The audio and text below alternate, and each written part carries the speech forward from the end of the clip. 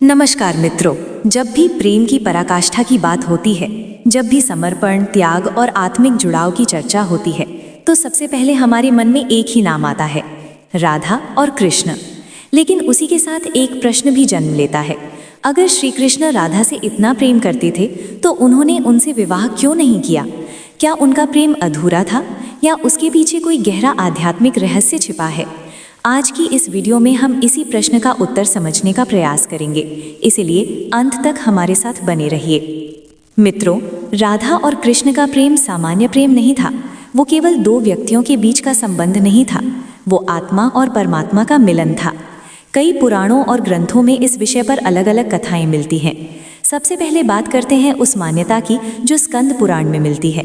वहाँ श्री कृष्ण को आत्माराम कहा गया है, अर्थात जो अपनी आत्मा में ही रमण करते हैं, जिन्हें आनंद के लिए किसी दूसरे की आवश्यकता नहीं होती। और जब कृष्ण आत्माराम है तो उनकी आत्मा कौन है? वही राधा है। इस दृष्टि से देखा जाए तो राधा और कृष्ण दो नहीं, एक ही सत्ता के दो रूप हैं। जब दो अलग हों ही नहीं तो विवाह का प्रश्न कहाँ रह जाता है? विवाह तो दो व्यक्तियों का मिलन होता है, लेकिन यहाँ तो पहले से ही अद्वैत है, एकत्व है। ब्रह्मवैवर्त पुराण में एक और कथा मिलती है। कहा जाता है कि गोलोक में राधा और कृष्ण साथ निवास करते थे। एक प्रसंग में श्रीदामा और राधा के बीच विवाद हुआ और क्रोध में श्राप प्रतिश्राप हो गया। उसी श्राप के कारण राधा को पृथ्वीलोक पर जन्म लेना पड़ा और कृष्ण से कुछ समय का वियोग सहना पड़ा। पर ध्यान दीजिए, ये वियोग भी लीला का ही एक भाग था। कृष्ण ने राधा से कहा था, तुम पृथ्वी पर जन्म लोगी पर मुझसे कभी अलग नहीं होगी। इसीलिए उनका साथ बाहरी नहीं, आंतरिक था। अब एक और कथा की ओर चलते हैं जो लोकमानस में अधिक प्रचलित है। कहा जाता है कि राधा आयु में कृष्ण से बड़ी थीं। कुछ कथाओं में बताया जाता है कि राधा का विवाह किसी और से पहले ही निश्चित था। समाज की मर्यादाएं, परिवार की परंपराएं और उस समय की व्यवस्था, ये सब कारण भी सामने आते हैं। लेकिन क्या केवल सामाजिक कारणों से कृष्ण ने राधा से विवाह नहीं किया? बात इससे कहीं गहरी है। रामचरितमानस के बालकांड में एक प्रसंग आता है जहां नारद जी भगवान विष्णु से क्रोधित होकर उन्हें पत्नी वियोग का श्राप देते हैं। उसी श्राप का परिणाम रामावतार में सीता वियोग और कृष्णावतार में राधा वियोग के रूप में देखा जाता है। ये संकेत देता है कि अवतारों की लीलाएं केवल व्यक्तिगत भावनाओं से संचालित नहीं होती, वे ब्रह्मांडीय योजना का हिस्सा होती हैं।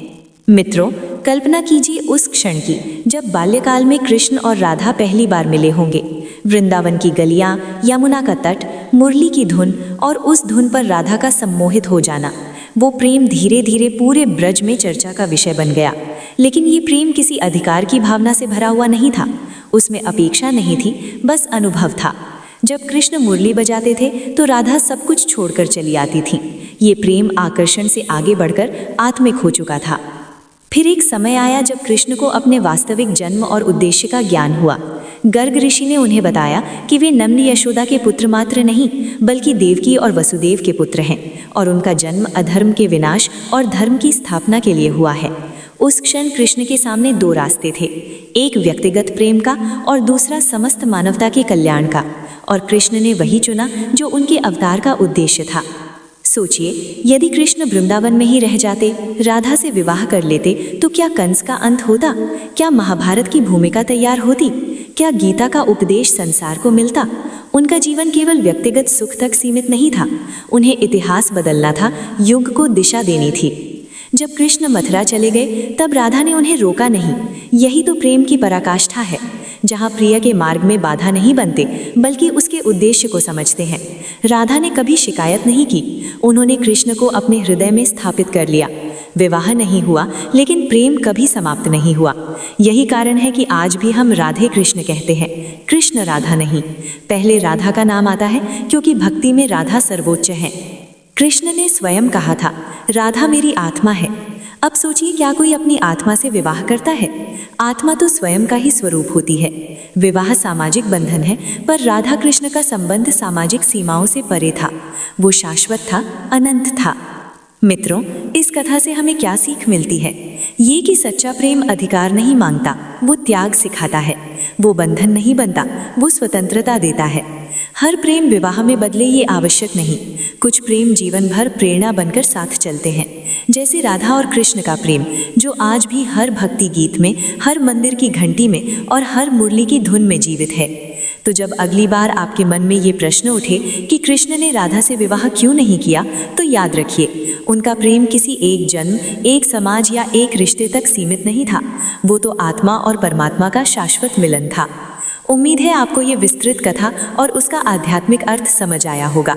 यदि आपको ये वीडियो पसंद आई हो तो इसे लाइक करें, अपने मित्रों के साथ शेयर करें और कमेंट में लिखें राधे राधे। हम फिर मिलेंगे एक नई कथा और नए आध्यात्मिक रहस्य के साथ। आपका बहुत बहुत धन्यवाद।